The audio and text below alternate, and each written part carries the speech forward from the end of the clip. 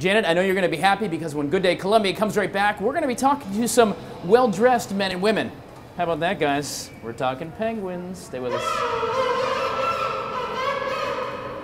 Welcome back to Good Day Columbia. It is a wild Wednesday. We're here at Penguin Cove on Riverbank Zoo and Garden, and those are my pants. I'm not sure why you're eating those. Hanging out with some very well-dressed chaps, and of course, Miss Sarah, who's always impeccably dressed. And we're learning, Sarah, today about birds and migrating and why they do, and even penguins, although they can't fly, they migrate. Yeah, they sure do. Penguins actually migrate for a couple of reasons.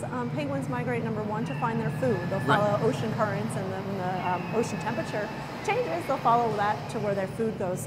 Even a couple kilometers they'll go to find their food. They also will migrate, the emperor penguins will migrate inland. And they're the great big ones. Yeah, so they're real big. I suppose they're probably not as big as me, but do they really get that tall? Yeah, they can get very tall. They can go up to almost my neck. Mm-hmm. That's high. I'm not sure I'd want to walk up to a penguin that tall. He's taller than Danny DeVito. Now, when they migrate, do they migrate in the water, or do they actually just walk through the Antarctica like this? They do both.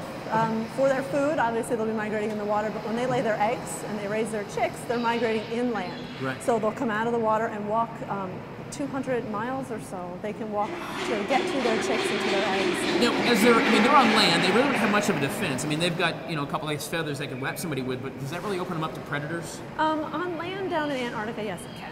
There are even predators, like when they're closer to humans, there are predators like cats and introduce things like that. But their coloration actually helps them a lot in the water, the counter shading. So when they're at the bottom of the ocean, their backs will blend in with the bottom of the ocean. And when they're closer to the surface, their white tummies will blend in with the sunlight. So that's where their coloration really helps. It's kind of Mother Nature's camouflage that keeps them safe. Absolutely.